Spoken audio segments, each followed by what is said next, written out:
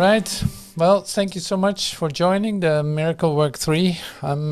This is actually a bonus extra class because last week we had a class 2, and there were 6 classes in the series, is what I discovered today. But hey, it really does not matter. So I'm really happy to join you here with this, and so today, the last part of the Miracle Work 3, and is, we integrated it with the idea of teacher of God, of the characteristics of the teacher of God. And today then there is the idea of defenselessness. And so I just want to go, intensively for a moment in lesson 153, I think it is. I see that right? Yeah, 153. In my defenselessness, my safety lies, which is a great lesson, and I think that is really great to use in this chapter 2, because in fact the healing that we're talking about, the healing that is possible using this lesson, is given in this lesson. So, to come to the one of the characteristics of God, to experience one of these characteristics, is actually being given in this lesson. It is a key lesson. It is really like an incredible lesson for transformation. In the Course in Miracles are probably around 25 key lessons, and this is one of them. So I got a whole list of them. So we're gonna come back to that one day. I don't know when. Well, at least we use one now. So this is a key lesson. And what does that mean? Well, it's like a fundamental lesson in the whole setup, like a fundamental ideas being transferred. And so that's great. For healing is great, for a new insight for yourself it is great. It is really lovely to see this as a whole new chapter in healing for yourself too. And so listen to it when I'm going through it like that. We will do the lesson. There's enough material in it for practice and meditation, in fact. So this idea of defenselessness is in fact the confirmation of you having heard what this says. If you're still defending yourself in some way, or if you still have an attitude of defense, then you're trying to protect something. So that's like that doesn't go together with knowing who you are, and that there's no need to defend anything because of the nature of who you are. Like, no, if there's only you in communication with your Father, what would there possibly be necessary to defend? So this is, but hearing it with the eyes of the ears of a human, then it is like, you think that you have to not defend yourself or something, or try to not defend yourself. And it's like, no, it is much lovelier than that. You will get, when we read this lesson, when we practice this lesson, you will see that too. No, it's a very lovely part of your wholeness. It is totally different as what you think that it is. So, and this is of course what we come to time after time. We have an idea about something, thinking that we need to sacrifice something, or something needs to be different, or something, like the way that you deal with it as a human being. And this is like, no, this has nothing to do with that. No, this is not about a practical application. This is not about inventing your life. This is not about improving your life. None of that. This is about your beingness, your true self, the way that you are present. truly present. See, and that is what love is, and that is what you know, and that is what your own homecoming is. You know, you come home in this. When you feel your defenses go and you slide into a sense of connectedness, that is exactly what I'm talking about. Then there is loveliness, gentleness, joy, happiness, relaxation, you know, all that. So defenselessness is just a natural part of that. So it's not that you're not going to do something. No, it's like, no, in your realization of your true self, in your realization or experience of yourself, this is what is happening. And this is natural to you. You recognize this. You know this so very well. Even though you don't know how to get to it when you become defensive, that's a different story. See, but that is what we're going to practice today. So not to come into the mode of defense, but letting all your defenses go for a moment. Because recognizing that there's no need to defend, you actually enter into your safety, you know, your true comfort.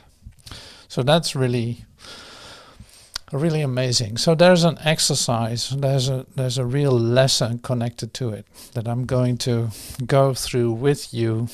I use the text of A Course in Miracles, lesson 153, and that's on page 363. And you can read with me if you have the book or the PDF. That's fine. The PDF will be a little bit of a different page, but it's lesson 153. Okay, so here it is. It is so easy to hear in the first couple of paragraphs. You who feel threatened by this changing world, its twists of fortune and its bitter jests, its brief relationships and all the gifts, quote-unquote gifts, it merely lends to take away again. Attend this lesson well. The world provides no safety. It is rooted in attack, and all its gifts, quote-unquote, of seeming safety are illusory deceptions. It attacks and then attacks again. No peace of mind is possible where danger threatens thus. The world gives rise but to defensiveness, for threat brings anger, and anger brings attack, makes attack seem reasonable, honestly provoked and righteous in the name of self-defense. Yet is defensiveness a double threat, for it attests to weakness and sets up a system of defense which cannot work. Now are the weak still further undermined, for there is treachery without and still a greater treachery within. The mind is now confused and knows not where to turn to find escape from its imaginings.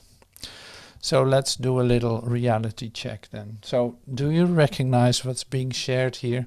Like, this is time for a reality check. What are you experiencing this? That you don't even know where to go anymore.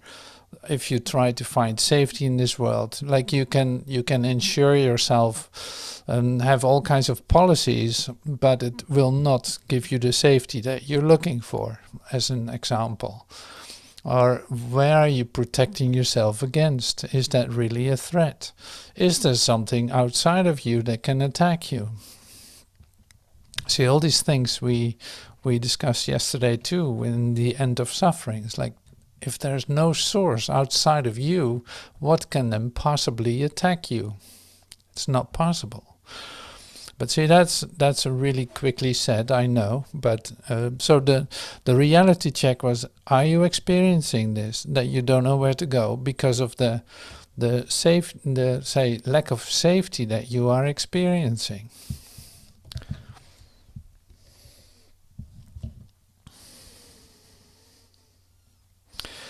It is as if a circle held it fast, wherein another circle bound it, and another in that one, until escape no longer can be hoped for nor attained.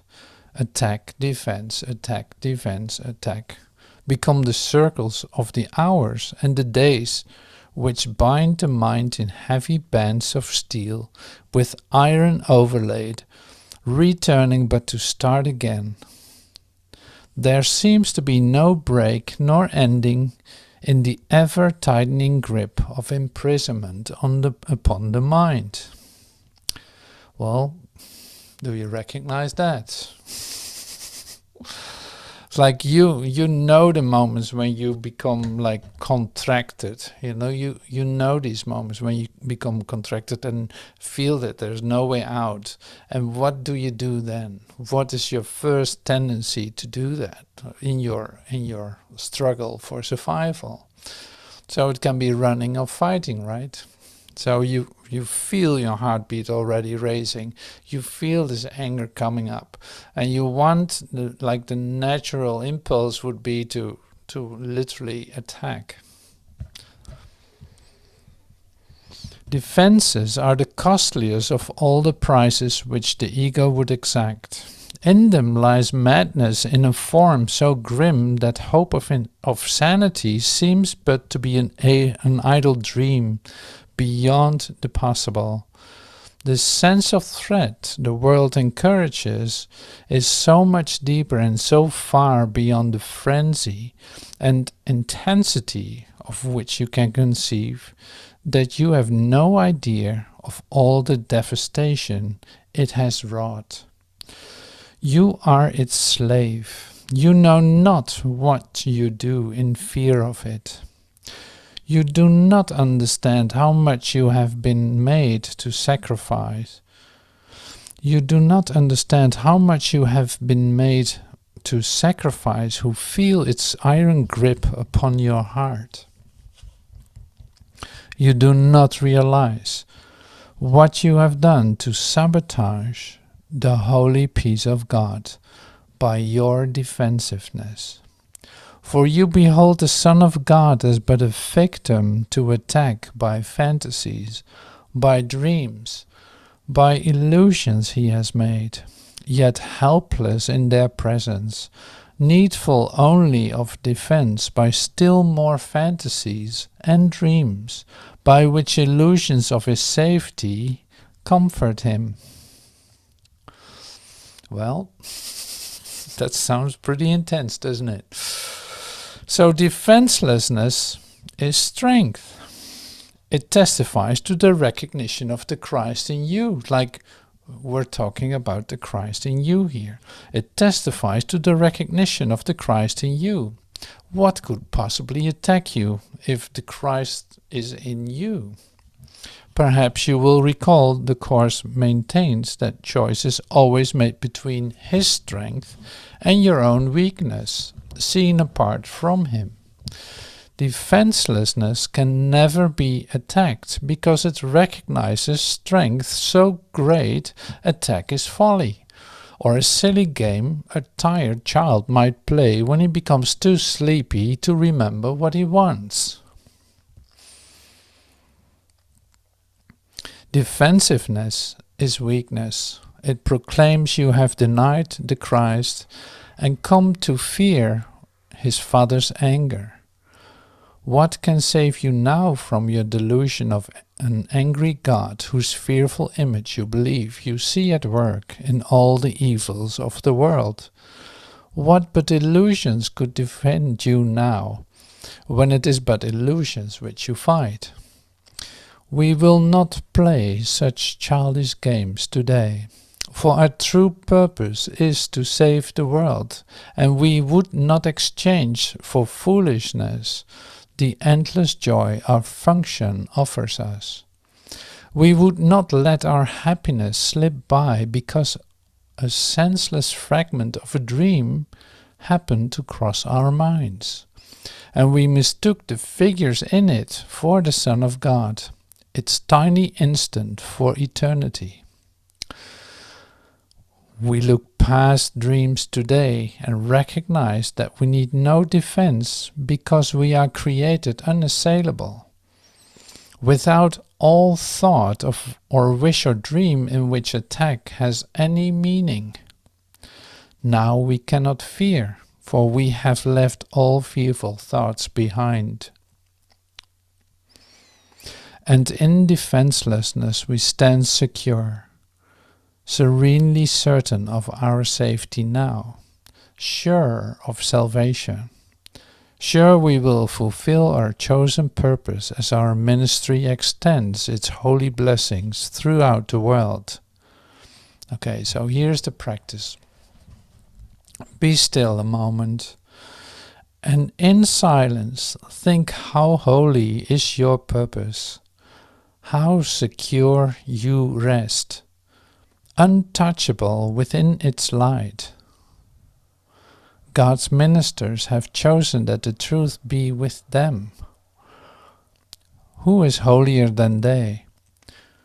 Who could be sure that his happiness is fully guaranteed? And who could be more mightily protected? What defense could possibly be needed by the ones who are among the chosen ones of God, by his selection and their own as well? So be still a moment and in silence think how holy is your purpose, how secure your rest, untouchable within its light. So let's just be still for a moment and think of that.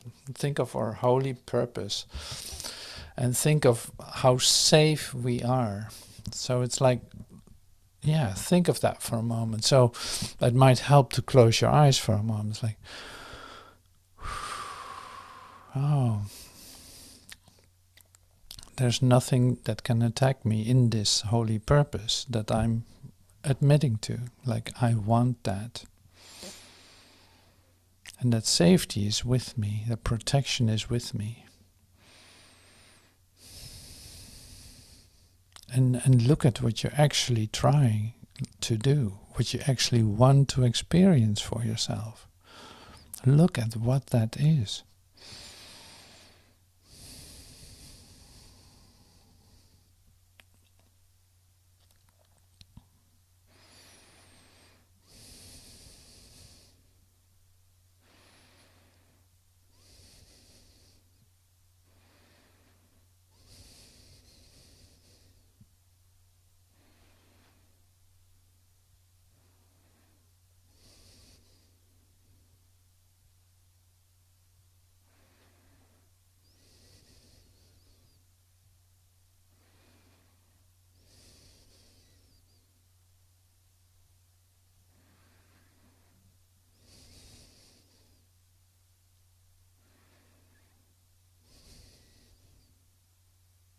Ah, thank you. Thank you. It is the function of God's ministers to help their brothers choose as they have done. God has elected all, but few have come to realize his will is but our own. And while you fail to teach what you have learned, salvation waits, and darkness holds the world in grim imprisonment. Nor will you learn that light has come to you and your escape has been accomplished. For you will not see the light until you offer it to all your brothers. As they take it from your hands, so will you recognize it as your own. Here's your healing function. It's like, okay, yeah, this is the practicality of it. Like, you give it away. You give that light. For you will not see light until you offer it to all your brothers. Like, that is our assignment, if you want. That's our function. That's what we do, continuously changing our mind about the goals that we had a moment ago and entering into, extending the light. Yes. No attack. No, let go. Extending the light. Getting over yourself. Getting over yourself and giving light. Realizing that that is your natural extension, that is giving you just being yourself in that sense. You don't have to defend yourself for being yourself. No, absolutely not. Salvation can be thought of as a game that happy children play. It was designed by one who loves his children and who would replace their fearful toys with joyous games, which teach them that the game of fear is gone. His game instructs in happiness because there is no loser. Everyone who plays must win, and in his winning is the gain to everyone ensured. The game of fear is gladly laid aside when children come to see the benefits salvation brings. You who have played that you are lost to hope, abandoned by your father, left alone in terror in a fearful world made mad by sin and guilt, be happy now. That game is over. Now a quiet time has come in which we put away the toys of guilt and lock our quaint and childish thoughts of sin forever from the pure and holy minds of heaven's children and the Son of God. We pause but for a moment more to play our final happy game upon this earth, and when we go to take our rightful place where truth abides and games are meaningless, so is the story ended. So let this day bring the last chapter closer to the world, that everyone may learn the tale he reads of terrifying destiny, defeat of all his hopes, his pitiful defense against vengeance he cannot escape, was but a deluded fantasy. God's ministers have come to awaken him from the dark dreams his story has evoked in his confusion, bewildered memory of this distorted tale. God's Son can smile at last on learning that it is not true. Okay, so this is quite a long lesson, I recognize that, but it's great. So there's still parts that we can practice. So let's just do another couple of paragraphs because of the practicality of this. Today we practice in a form we will maintain for quite a while. We begin each day by giving our attention to the daily thought as long as possible. 5 minutes now becomes the least we give to preparation for a day in which salvation is the only goal we have. 10 would be better, 15 better still. And as distraction ceases to arise to turn us from our purpose, we will find that half an hour is too short a time to spend with God, nor will we willingly give less at night in gratitude and joy. Each hour adds to our increasing peace as we remember to be fearful to the will we share with God. At times, perhaps, a minute or even less will be the most that we can offer as the hour strikes. Sometimes we will forget. At other times the business of the world will close on us, and we will be unable to withdraw a little while and turn our thoughts to God. Yet when we can, we will observe our trust as ministers of God in hourly remembrance of our mission and His love. And we will quietly sit by and wait on Him and listen to His voice, and learning what He would have us do the hour that is yet to come, while thanking Him for the gifts He gave us in the one gone by. Okay, so I'm stopping right there. Just to, if you want, you can continue reading the lesson after the class or so. Like, it's a great lesson to dive into. See, because it brings you to the place of gratitude, joy. Like, seeing that you can give up your attack, your defense.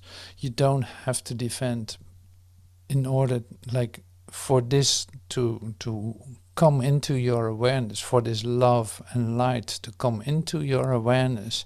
You literally put down your toys for a moment. You give all your thoughts away. See, and the instruction is, in that sense, is really easy. The instruction is easy, but you have to apply it and do it. So you sit still and you allow this to occur. And so how is that for you right now? How is that for you to sit still? Are you able to concentrate, to just let everything fall apart for a moment and allow this stillness to come to you? Are you able to listen to what it says? Are you able to reach that place inside of you where you feel, say, the safety and the possibility of relaxation to allow something else to occur to you? Well, see, that is the practice. You practice it at least 5 minutes a day, and maybe you want more, so you stretch it a little, or you remember it every hour, like it says here. Like, you want to remember, you start to listen. What is next? What is the next hour? I will remember. I'll come back in an hour to remember again, and listen again to what is being asked of me in this moment, how to extend myself, how to keep my purpose like fully in my awareness. So then you come into a rhythm, that is really pretty amazing, because it is like continuously aligned with the will of God. It's like continuously aligned with the safety that is with you, instead of distracted into some fearful episode. Like, no, stay right here. Don't do anything. Listen. Drop everything for just a moment. Listen. Listen to the voice. It speaks to you all through the day. Like, there's not a moment it doesn't speak to you. But you listen. You listen. It will be shown what to do. And it feels so amazing it's so amazing to experience this continuous guidance. Like, it becomes so clear that there's nothing to decide for you. It becomes obvious what the next step will be. So this is like beautifully given to us as an assistance in your daily day, to keep your peace, literally. The only thing you have to do is drop your defenses. Let go. Don't defend. Let go. Listen. Listen. Listen. Listen. And allow these changes that you are feeling while listening to this, for instance. Allow these changes to become aware of them. These subtle changes in you where you feel like, oh yeah, no, this must be that. Yeah, here it is. See, the subtle release, the subtle feeling of comfort and of, oh my God, I don't have to do that. Oh yes. See, there's happiness connected to release, to letting it go. It's like, oh, that feels so good not to have to do this. No, I don't have to protect. No, I don't have to defend. I come into this still place, and this place is open, it's like it breathes, literally. It's like it's pulsating, it breathes. It is here. It is continuously inviting communication and inviting connection. It doesn't have to shut itself off at all. No, in this rhythm, this heavenly rhythm, basically, that you are experiencing in this, is also the sense of defense sinking. Like, you don't need it, so it's like it becomes less. You're not going to pick it up that easy when you're in this relaxed mode of all right, here's the safety. I'm listening. I'm supported. It is happening to me right now. I can totally trust that. So, see, that is really like the characteristics of what we call the teachers of God, or it's really the characteristic of the miracle worker or of the practitioner. You know, it's like that is really the work of it, in the sense of keeping the peace by not defending, by letting everything be as it is, in a sense. You know, like staying with your focus and your true purpose. So, and that's one of the given characteristics of the teachers of God too. So I'm curious what it says now, since we run quite deep into this lesson, and we can find that on a different page. And then after that I'll come back to, this is one paragraph. That's wonderful, because the lesson was like huge. I think it's one of the longest lessons. I don't know. It's quite a long lesson. G, Manual for Teachers, Defenselessness. On page 426 from the Urtext. And it starts like this. God's teachers have learned how to be simple. They have no dreams that need defense against the truth. They do not try to make themselves. Their joy comes from their understanding who created them, and does what God created need defense. No one can become an advanced teacher of God until he understands that defenses are but the foolish guardians of mad illusions. The more grotesque the dream, the fiercer and more powerful its defenses seem to be.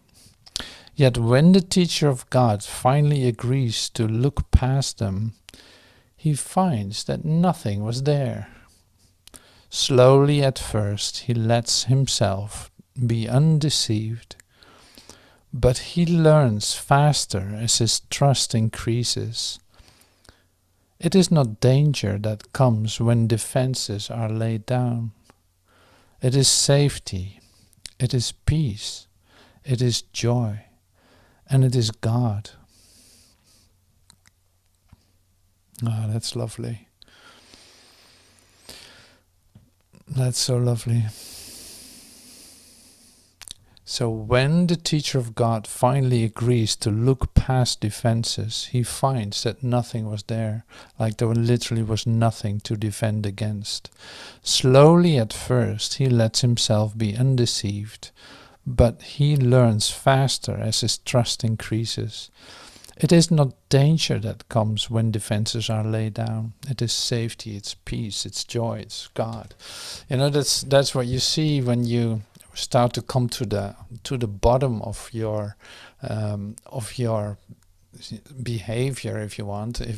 When you come to the bottom of the war against yourself, like, what are you defending? What are you trying to do here? What are you trying to stop from happening? Is there really some danger out there that you need to protect yourself against? Or are you just in a habit of defending?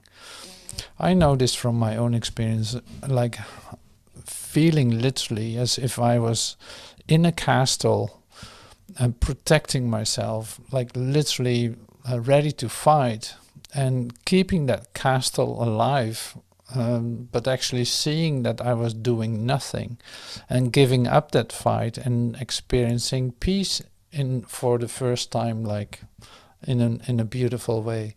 It's like that is... It is, you start to see what you are doing. It's like, why would I keep protecting myself, defending myself, even with ideas of guilt and sin too, that you thought that you missed something, that you did something wrong, and now you're still trying to defend that idea about yourself, as if you need to keep it as a gift to yourself. No, you can absolutely let go. You don't have to make yourself to something, like you don't have to make yourself. I know. So that saves you so much energy. That's unbelievable. So becoming aware that you can let go of it and making the decision to let go of your defenses actually increases your, say, your light and your energy, because you don't have to put energy in defense anymore. And that is, I say it now like really quickly. I know that I'm doing that. It's like, but it is what your view will be. It will be that experience. Like, it is joyous, it is peaceful, it is quiet. There's literally nothing that needs protection that is real about you. You know, what is real about you doesn't need defense. It just is, and it's your awareness. It is available to you, and see, if you put your energy in defending, then it literally flows there, and it doesn't stop you. Like, if it would help against something, then it would be great, but it is literally draining you, and at the same time your defenses become even more aggressive too, because you actually get tired of it, and the anxiety won't go because you're still full defending yourself, you know. So that is like, it works both ways. It is like an increase of drainage of energy, and at the same time like an increase of the sensitivity, so that you will easier be triggered to defend yourself. So that is really an invitation for great healing that can occur by seeing, what is it that I'm actually trying to defend here? What do I think needs protection, and do I need to protect that? And why am I doing that? Like, what am I trying to protect here? You know, so that's great healing work. Great to look at that for yourself, to see. And I always speak then from the bottom of your heart, like, oh my God, I come to the place where I actually have to take a look at that. I've been doing so many things, and my defenses have hurt so much, and I've drained myself so much with it. I got so tired of it. So I really want to take a good look at that, you know. And that's where something can happen, when you start to become completely honest about, oh, this is what I'm doing. Yeah, this is in these situations exactly what I'm doing. Look at what I'm trying to do. Like, I'm defending a castle that I don't even want. I don't want to be, say, confined to this space that I'm defending. And that is, I think, really great about the feeling that comes with the release. It's like, finally you're not locked into that place that you confined as seeing as you. So yeah, great awakening possibilities and tools and insights being given here. And so the lesson 153 is really great to use again, or to read again, and do the exercise. And it's the same with reading. This is like, oh yeah, the characteristics are always connected. It's always coming from the beautiful place of totality, where all this is included. So when you let your defenses go, the doors open to happiness and joy, and to a feeling of peace and a trust. You know, it's like there's nothing to defend. So trust is completely available. And so that is what I would like to transfer, or what I would like to give today as an say, start of the class that we have. And yeah, I'm curious what this will stir up in you. So we're going to join ourselves in a moment to share, and to maybe give some examples in how this works for you, or where you really start to defend yourself still. we'll see what happens. Okay, thank you so much for joining me so far. Thank you.